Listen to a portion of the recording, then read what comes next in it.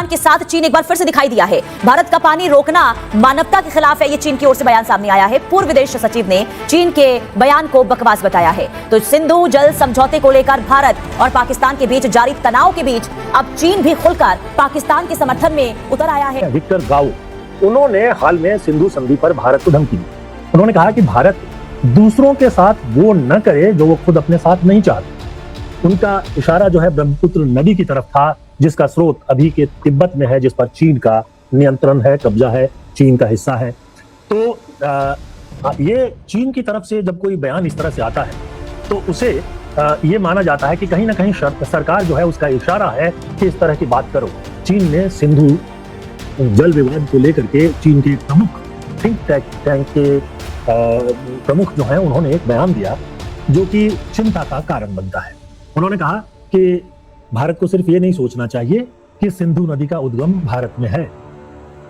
उनका संकेत इस तरफ भी था कि कुछ नदियों का उद्गम चीन में भी है। ये जो ट्रैक टू सिलसिला है, इसके पीछे बड़ी ताकतें हैं। एक तरफ चीन ने भारत को चेतावनी दी है कि सिंधु नदी, यह मानकर नहीं चलें कि सिंधु नदी भारत से निकलती है या इसके भारत से होकर जो पानी का प्रवाह हो रहा है पाकिस्तान की ओर, भारत उसे रोक सकता है। चीन ने अप्रत्यक्ष तौर पर भारत को चेतावनी दी है कि तिब्बत से निकलने वाली कई नदियां वो भारत की ओर प्रवाह करती हैं, और चीन भी अप्रत्यक्ष तौर पर यह कहना चाह रहा है कि वैसा ही कदम उठा सकता है। तो भारत अंतर्राष्ट्रीय नदियों का जो एक दूसरे के क्षेत्रों में प्रवेश करती हैं, इन पर रोकने की एक पक्षीय कार्रवाई इस तरह नहीं कर सकता। भारत यदि इस तरह की कार्रवाई करेगा तो चीन भी करने को स्वतंत्र होगा, और अब पूरे विश्व में एक नई भूमिका, एक तटस्थ, एक करने वाली जिस तरह की भूमिका पाकिस्तान ने निभाई है, तो उससे पाकिस्तान की प्रतिष्ठा अंतर्राष्ट्रीय कूटनीतिक मंचों पर काफी बढ़ गई है। पाकिस्तान की बात भी अब सुनी जाने लगी है। चीन तो पाकिस्तान के साथ खुलकर आ ही चुका है। जिस तरह से अमेरिकी प्रशासन ने पाकिस्तान का साथ दिया, जिस तरह से पाकिस्तान के जो जिहादी जनरल हैं, जनरल मुनीर को जिस तरह से उनका मनोबल बढ़ाया, जिस तरह से उन्हें बढ़ावा दिया, तो उससे भी साफ है कि अमेरिकी प्रशासन भी पाकिस्तान से और भारत के बीच जो संवाद का माहौल है, शांति की जो प्रक्रिया है, उसको बढ़ावा दे रहा है। देखिए, ये जो बातचीत का सिलसिला रुक गया है, भारत ने अपनी ओर से एयर स्पेस बंद कर दिया है। अभी आपने इसका जिक्र किया, भारत के विमानों को काफी घुमावदार रास्ता अपना करके दूसरे देशों की ओर जाना पड़ता है। इससे भारत को अपने यात्री विमानों पर काफी बड़ा खर्च करना पड़ता है, काफी खर्च बढ़ गया है। सैकड़ों करोड़ रुपए के जो है तेल के खर्च बढ़ गए हैं। राजनयिक क्षेत्र में भारत को अपनी अगर जो एक विशेषता और थोड़ा अपर हैंड था उसको बरकरार रखना है तो पाकिस्तान से बातचीत की जानी चाहिए। एक डर जो चाइना की तरफ से है, जिसको कि हमने खुले तौर पर देखा ऑपरेशन सिंदूर के दौरान, कि चाइना के जो सैटेलाइट थे वो सारी सूचनाएं दे रहे थे, हमारे ड्रोन कहां से उड़ रहे हैं, हमारा विमान कहां से जा रहा है, वगैरह वगैरह, और जिसके चलते कि बहुत सारे जो हमारे हथियार है उसको नष्ट किया। और अब ये बात खुल करके आ गई है कि हमारे 6 जो जवान थे, जो सेना के लोग थे, उनकी मृत्यु भी हुई। पाकिस्तान दुनिया की राजनीति में अपनी स्थिति को काफी मजबूत कर चुका है, इस बात से इनकार नहीं किया जा सकता। लेकिन इसका नुकसान भारत को हो रहा है। एक बड़ा नुकसान तो यह है कि चीन की तरफ से ऐसे संकेत आ रहे हैं कि वो इसका फायदा उठाना चाहता है। यानी भारत और पाकिस्तान के बीच जो बातचीत बंद है और हवाई मार्ग बंद है, उसका फायदा उठाना चाहता है चीन। चीन ने सिंधु जल विवाद को लेकर के चीन के एक प्रमुख थिंक टैंक के प्रमुख जो हैं, उन्होंने एक बयान दिया जो कि चिंता का कारण बनता है।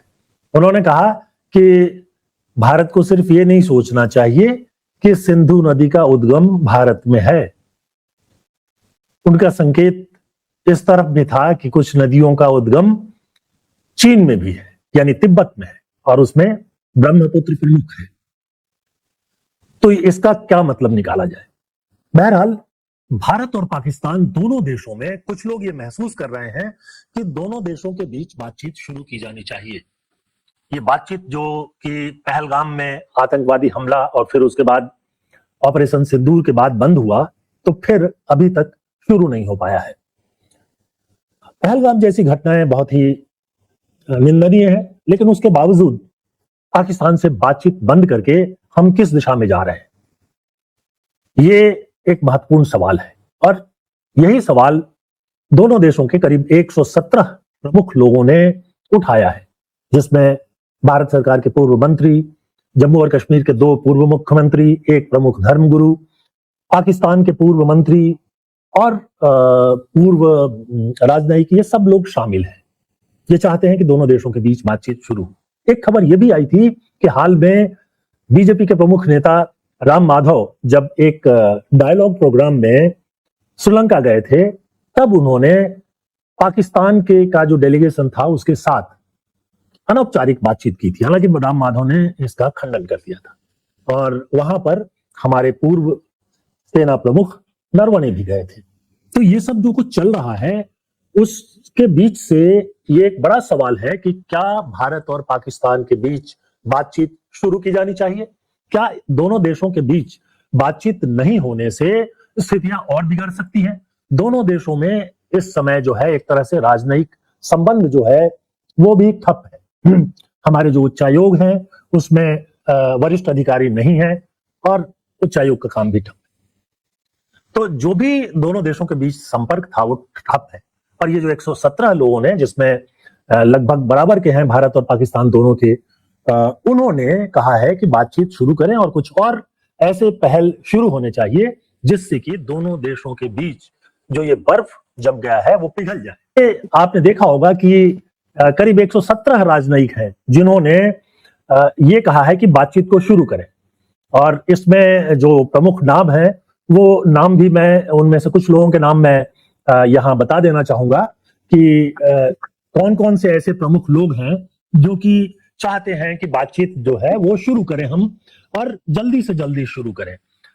ये जो है इस पर हम बात करेंगे और बाद में हम फिर आएंगे चीनी अधिकारी, जो अधिकारी तो नहीं है लेकिन वो भी थिंक टैंक का हिस्सा है, उन्होंने क्या धमकी दी है भारत को और वो क्या करना चाहते हैं। तो जो मेरा पहला सवाल आपसे होगा रंजीत जी, एक सरसरी निगाह से आप ये बताइए कि दोनों के बीच में बातचीत ही आखिरी हल है या कोई और तरीका हो सकता है? ऑपरेशन सिंदूर से तो कोई हल निकला नहीं। देखिए, भारत और पाकिस्तान के बीच संवाद का माहौल शुरू होना, बातचीत की प्रक्रिया शुरू होना समय की मांग है। भारत अनंत काल तक इसे टालता नहीं रह सकता। भारत और पाकिस्तान एक दूसरे के भौगोलिक पड़ोसी हैं और इस सच्चाई से कोई भी पक्ष जो है इनकार नहीं कर सकता, क्योंकि दोनों को पड़ोस में रहना है, एक साथ रहना है और एक दूसरे के साथ संवाद करके, एक दूसरे के साथ सहयोग का रिश्ता बना करके ही चलना होगा। देखिए, पाकिस्तान पर आतंकवाद का जो आरोप लगाया जा रहा है वो जरूर निश्चित तौर पर सही है। पाकिस्तान की ओर से आतंकवाद भड़काया जाता है, लेकिन इस मसले पर भी आखिर आपको बातचीत तो करनी ही होगी। बातचीत का जो सिलसिला है, बातचीत का जो दरवाजा है वो बंद कर देंगे तो आतंकवाद तो चलता रहेगा। आतंकवाद को आपको रोकना है तो पाकिस्तान को साफ साफ दो टूक स्वर में उससे ये संदेश देना पड़ेगा कि आप आतंकवाद को रोकिए, तभी रिश्ते सामान्य हो सकते हैं। लेकिन आतंकवाद को रोकने के लिए कोई संवाद की प्रक्रिया नहीं शुरू की गई है, केवल धमकियां दी जा रही हैं, केवल युद्ध का उन्माद भारत में पैदा किया जा रहा है और जवाबी तौर पर पाकिस्तान में भी इसी तरह की चेतावनियां भारत को दी जा रही हैं कि भारत के वो हाथ काट देंगे या कुछ भी इस तरह की बड़ी चेतावनी दे रहे हैं। तो युद्ध का उन्माद जिस तरह से फैलता जा रहा है और जिस तरह से जिहादी ताकतें पाकिस्तान की सत्ता पर हावी होती जा रही हैं, खास करके पाकिस्तान के जो सैन्य हलकों में जिस तरह से जिहादी जनरलों का उद्भव हो चुका है, जनरल असीम मुनीर खुद एक जिहादी जनरल माने जाते हैं। तो ऐसे तत्वों का जिस तरह से हावी हो रहे हैं पाकिस्तान की सत्ता पर, तो इनको नजरअंदाज नहीं किया जा सकता। इनके साथ बातचीत करके इन्हें आप किसी भी तरीके से समझाने बुझाने की जो प्रक्रिया होती है वह जारी रहनी चाहिए। देखिए, ये जो भारत और पाकिस्तान के बीच ट्रैक टू सिलसिला चलाने की जो बात फिर से चल पड़ी है, इसमें बहुत सच्चाई है। और ये जो ट्रैक टू सिलसिला है, इसके पीछे बड़ी ताकतें हैं। एक तरफ चीन ने भारत को चेतावनी दी है कि सिंधु नदी, यह मानकर नहीं चलें कि सिंधु नदी भारत से निकलती है या इसके भारत से होकर जो पानी का प्रवाह हो रहा है पाकिस्तान की ओर, भारत उसे रोक सकता है। चीन ने अप्रत्यक्ष तौर पर भारत को चेतावनी दी है कि तिब्बत से निकलने वाली कई नदियां वो भारत की ओर प्रवाह करती हैं और चीन भी अप्रत्यक्ष तौर पर यह कहना चाह रहा है कि वैसा ही कदम उठा सकता है। तो भारत अंतर्राष्ट्रीय नदियों का जो एक दूसरे के क्षेत्रों में प्रवेश करती हैं, इन पर रोकने की एक पक्षीय कार्रवाई इस तरह नहीं कर सकता। भारत यदि इस तरह की कार्रवाई करेगा तो चीन भी करने को स्वतंत्र होगा। तो भारत को यह मानकर चलना पड़ेगा कि पाकिस्तान के साथ जो रिश्ते हैं उसमें अन्य देशों की भी रुचि है। भारत और पाकिस्तान के बीच संवाद का माहौल बने रहने से एक शांति का माहौल रहता है, शांति और स्थिरता का माहौल रहता है, और अंतर्राष्ट्रीय ताकतें ये चाहती हैं कि भारत और पाकिस्तान के बीच जो है रिश्ते सामान्य रहें, सामान्य रिश्तों की बहाली जल्द से जल्द हो जाए। और अमेरिकी और जो दूसरे अंतर्राष्ट्रीय ताकतें हैं, देखिए ये जो कोलंबो में अंतर्राष्ट्रीय भारत और पाकिस्तान के बीच मैं इस मुद्दे पर आऊंगा रंजीत जी, 1 मिनट के लिए विराम देता हूं आपको। पहले मैं ये बताना चाहूंगा कि ये जो चिट्ठी, महत्वपूर्ण चिट्ठी दोनों देशों के लोगों के द्वारा संयुक्त रूप से लिखी गई है, उसमें किन किन लोगों ने हस्ताक्षर किया है। इसमें एक नाम है फारूक अब्दुल्ला, जो नेशनल कॉन्फ्रेंस के प्रमुख हैं और जम्मू कश्मीर के पूर्व मुख्यमंत्री भी हैं। महबूबा मुफ्ती, ये पीडीपी की हैं प्रमुख और ये भी पूर्व मुख्यमंत्री हैं। उसके बाद नाम आता है मीरवाइज उमर फारूक, ये कश्मीर के जो भारतीय हिस्सा है उसके प्रमुख धार्मिक नेता है। एक और नाम है मनोज झा, ये आरजेडी के सांसद है। एक नाम हुमायूं कबीर का है, जो पहले टीएमसी की तरफ से मंत्री थे और पिछले चुनाव में उन्होंने एजेयू की नाम की पार्टी बना दी थी। इसके अलावा मणिशंकर अय्यर है, जो कांग्रेस में है और पूर्व केंद्रीय मंत्री हैं। एएस दुल्लत है, जो RAW यानी रॉ के पूर्व चीफ थे। उसी तरह से पाकिस्तान की तरफ से इस पर जिन लोगों ने हस्ताक्षर किए हैं, उसमें पाकिस्तान के पूर्व विदेश मंत्री खुर्शीद महमूद कसूरी, उसके अलावा पूर्व डिप्लोमेट अशरफ जहांगीर काजी, उसके अलावा परमाणु वैज्ञानिक और वहां के लेखक भी हैं परवेज हुद भाई, और उसके जी, और नेशनल असेंबली के सदस्य हैं इस्फानार भंडारा। तो ये सब लोग जो हैं वो लिख रहे हैं कि दोनों देशों में बातचीत हो। क्या बातचीत हो उसको भी उन्होंने सामने रखा है। उसमें ये कह रहे हैं कि दोनों देशों के बीच शत्रुता समाप्त कर शांति और सामान्य स्थिति, बातचीत और सहयोग को बहाल किया जाए। एक तो ये है। उसके बाद वो कहते हैं कि दोनों देशों में जो उच्चायुक्त अभी नहीं है, यानी एम्बेसडर्स नहीं है, उनको भी बहाल किया जाए। जो वीजा सेवाएं, मतलब एक दूसरे देश में आने जाने की जो सुविधा थी, वो बहाल किया जाए। जो हमारा एयर स्पेस है उसको खोला जाए। भारत की एयरलाइंस, बहुत सारी एयरलाइंस जो है बहुत घाटे में है, क्योंकि उनको घूम करके यूरोप और अमेरिका की तरफ जाना पड़ता है। इसमें बहुत सारा पेट्रोल जो है बेकार जाता है, पाकिस्तान के ऊपर से वो उड़ान नहीं भर सकते हैं। तो ये भी एक मांग है। और इसके अलावा वो चाहते हैं कि लंबे समय के लिए संवाद की बहाली की जाए और धार्मिक और सांस्कृतिक पहुंच जो है दोनों देशों के बीच बढ़ाई जाए और युवकों के लिए विशेष अवसर पैदा किया जाए। और उनका यह भी मानना है कि मतभेद को सुलझाने का एकमात्र रास्ता और शत्रुता दोनों देशों के युवाओं के भविष्य के लिए बहुत ही आवश्यक है। अब मैं यहां पर एक सवाल आपके सामने रखना चाहता हूं रंजीत जी, कि एक तरफ ये शांतिपूर्ण तरीके से दोनों देशों के बीच व्यवस्था बहाल करने की बात हो रही है, और दूसरी तरफ हमारे सामने जो ऑपरेशन सिंदूर था उसके नतीजे हैं। उस ऑपरेशन के दौरान हमने अचानक ये महसूस किया कि चीन एक तरह से खुले तौर पर पाकिस्तान की मदद कर रहा है। पाकिस्तान को भारतीय विमानों के बारे में और बाकी सारी चीजों के बारे में गुप्त सूचनाएं चीन ने ही पाकिस्तान को दी, और भारत का जो भी नुकसान हुआ उसका एक बड़ा कारण चीन की तरफ से जो सूचनाएं दी गई उसको मानते हैं। और पाकिस्तान जो है खुद एक न्यूक्लियर देश भी है। तो क्या हम इस समय ऐसी स्थिति में हैं कि युद्ध के जरिए और नफरत के जरिए इस मामले को हल कर सके? जी देखिए, बातचीत ही एकमात्र रास्ता है दोनों देशों के बीच आपसी मसलों को सुलझाने का। देखिए, भारत ने पिछले साल पहलगाम में पाकिस्तान की कुछ ताकतों द्वारा जिस तरह से आतंकवादी हमले किए गए, एक ही धर्म के लोगों को जिस तरह से चुन चुन करके मारा गया, उससे भारत में एक युद्ध का अनुमान पैदा हुआ और भारत की ओर से चेतावनियां दी जाने लगी कि पाकिस्तान को इसका सबक सिखाया जाएगा। इसकी पृष्ठभूमि में भारत ने पाकिस्तान के खिलाफ ऑपरेशन सिंदूर की कार्रवाई की। पाकिस्तान पर सैनिक हमले किए, पाकिस्तान के सैनिक ठिकानों को नष्ट किया, उनके आतंकवादी अड्डों को नष्ट किया। लेकिन इस तरह से निश्चित तौर पर भारत ने पाकिस्तान पर एक तरह से सैन्य विजय हासिल की। लेकिन जो सामरिक क्षेत्रों में, जो कूटनीतिक क्षेत्रों में भारत को बढ़त मिलनी चाहिए थी, भारत को वो नहीं हासिल हो सका।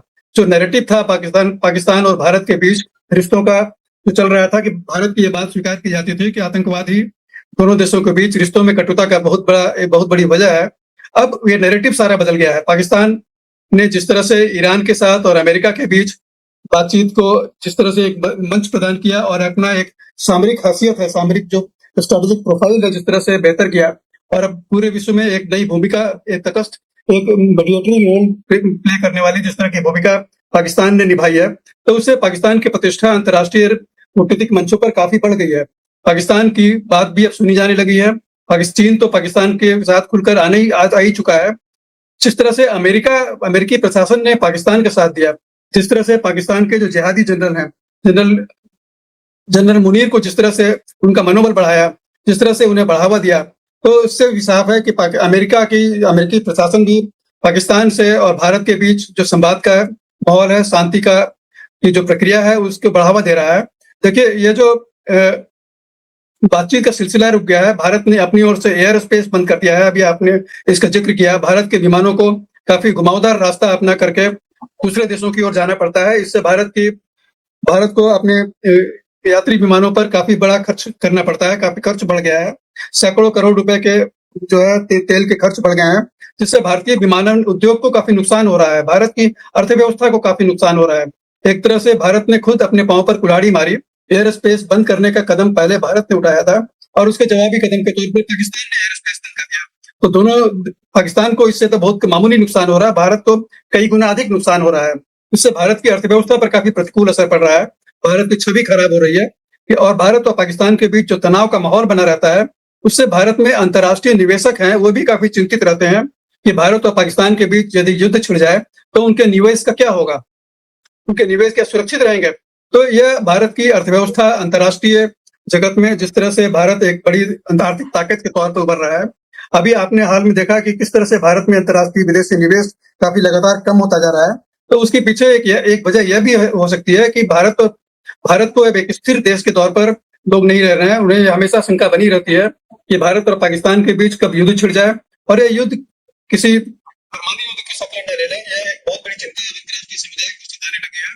जो सिप्री नामक संस्था है, उसने हाल में चेतावनी दी है कि भारत के 12 परमाणु बम तैनात हो चुके हैं। पाकिस्तान की ओर से भी परमाणु बम तैनात करने की बात की जा रही है। दोनों अपने अपने परमाणु जखीरों का बहुत तेजी से विकास कर रहे हैं। तो इससे अंतर्राष्ट्रीय समुदाय में एक चिंता का माहौल व्याप्त है कि दक्षिण एशिया के इन दो प्रमुख परमाणु ताकतों के बीच किस तरह से शांति बहाल की जाए। इसके पीछे सभी ताकतें लगी हुई हैं और भारत और पाकिस्तान को दोनों देश प्रेरित कर रहे हैं कि ये आपस में संवाद का माहौल, संवाद की प्रक्रिया शुरू करें, बातचीत की प्रक्रिया शुरू करें और अपने रिश्तों को, जो तनावपूर्ण रिश्ता है, उसमें से दूर करने की कोशिश करें। आपने ये जो एक मुद्दा है कि राजनयिक क्षेत्र में भारत को अपनी अगर जो एक विशिष्टता और थोड़ा अपर हैंड था उसको बरकरार रखना है तो पाकिस्तान से बातचीत की जानी चाहिए।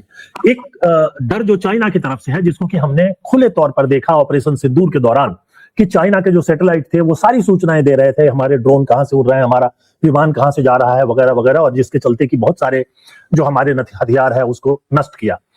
और अब ये बात खुल करके आ गई है कि हमारे 6 जो जवान थे, जो सेना के लोग थे, उनकी मृत्यु भी हुई, इसमें एक एयरफोर्स का भी है।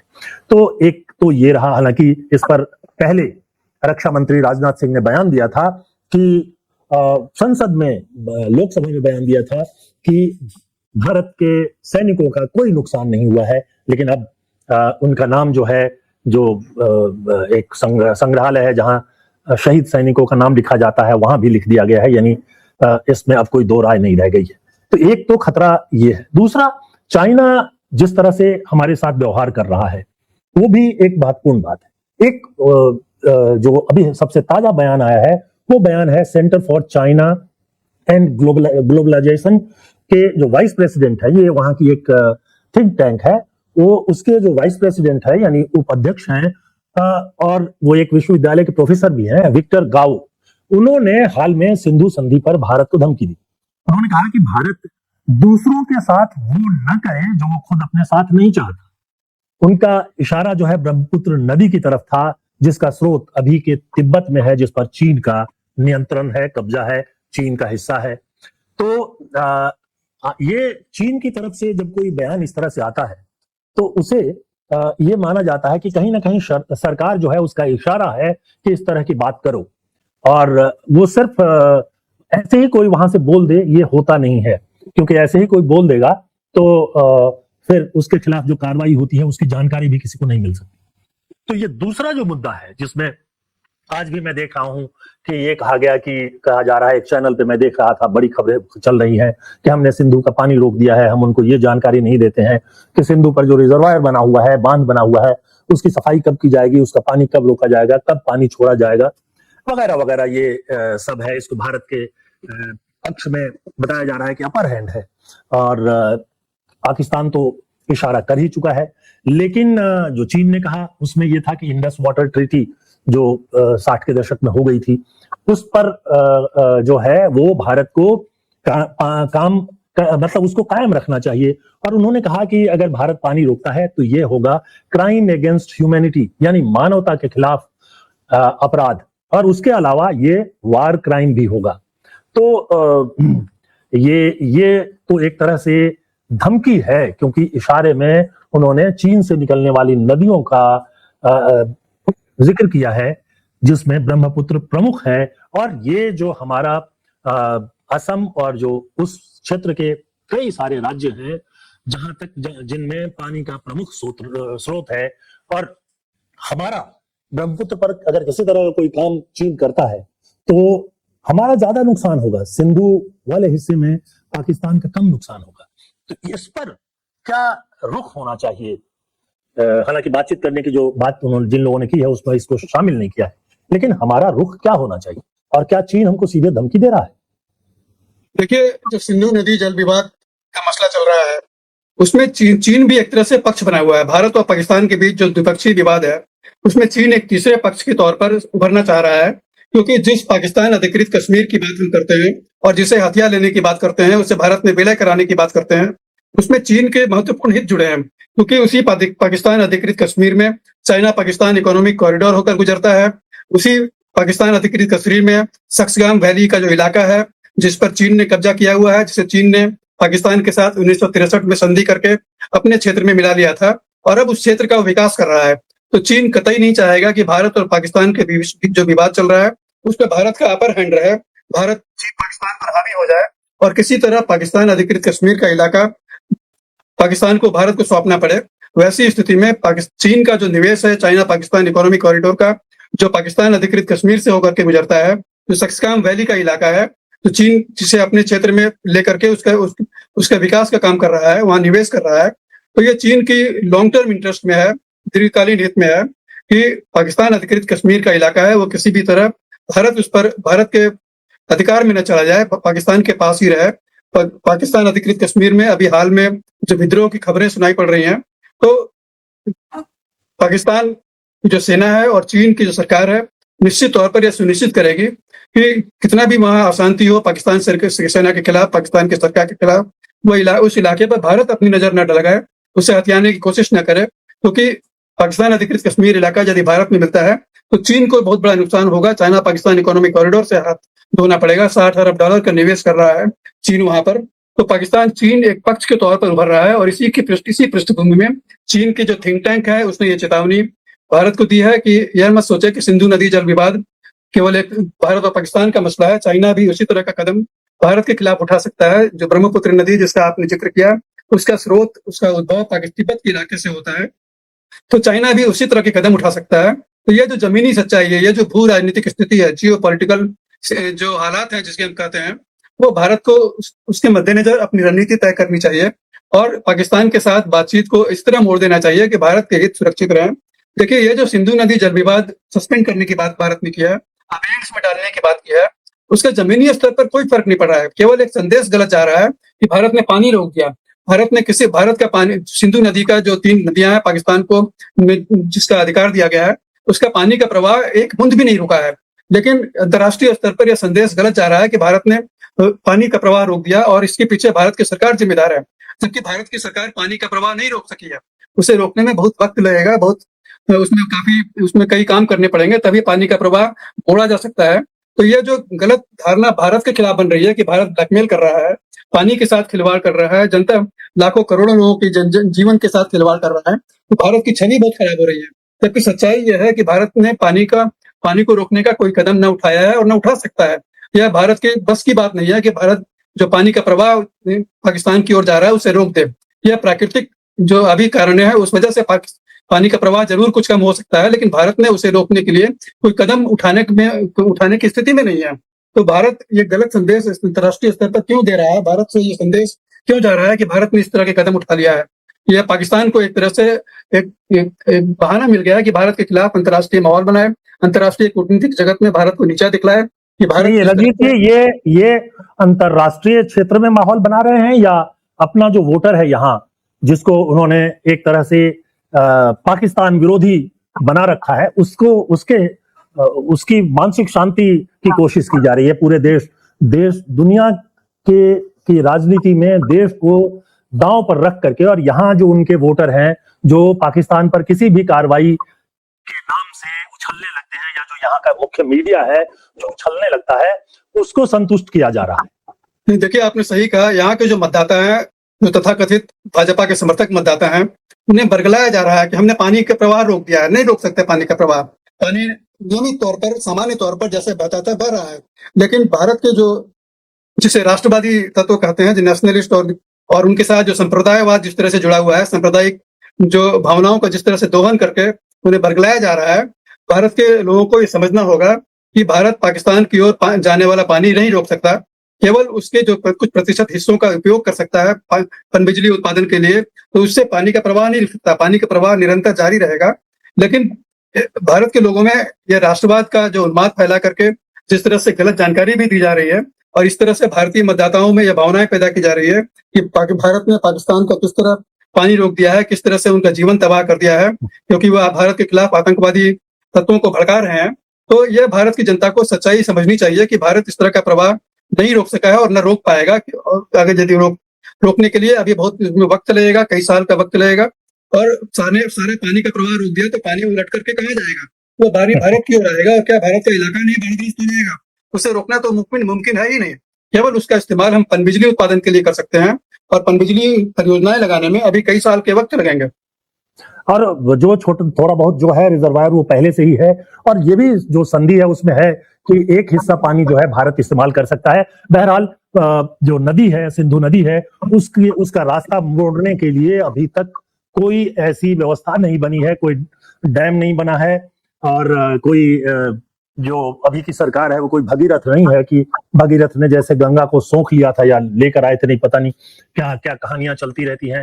तो ऐसा कुछ है नहीं। लेकिन मैं एक आखिरी बात की तरफ बढ़ता हूं। एक श्रीलंका में अभी बहुपक्षीय क्षेत्रीय सुरक्षा सम्मेलन हुआ था, एनुअल साउथ एशिया डायलॉग। मतलब ये है कि ये जो दक्षिण एशिया के जो देश हैं उनके बीच एक आपसी बातचीत होती है, जिसमें जो सरकारी नहीं है, ये गैर सरकारी संगठन है। और इसमें ये जो डायलॉग हुआ था, इसमें भारत, पाकिस्तान, श्रीलंका, अमेरिका और ब्रिटेन के कई जो विद्वान हैं, पूर्व अधिकारी हैं, वो सब लोग शामिल हुए थे। यहीं पर राम माधव जो बीजेपी के नेता हैं और एक संस्था के अध्यक्ष भी हैं, जो कि संस्था जो है वो थिंक टैंक को भी, उसको भी थिंक टैंक का दर्जा मिला हुआ है। तो वो गए थे और हमारे पूर्व सेना प्रमुख गए थे नरवणे। इसमें एक खबर आई कि राम माधव ने इंडिया फाउंडेशन के अध्यक्ष के रूप में और जनरल नरवणे ने भी जो है वो एक अनौपचारिक बातचीत उन लोगों के साथ कहीं की। हालांकि राम माधव ने इसका खंडन कर दिया।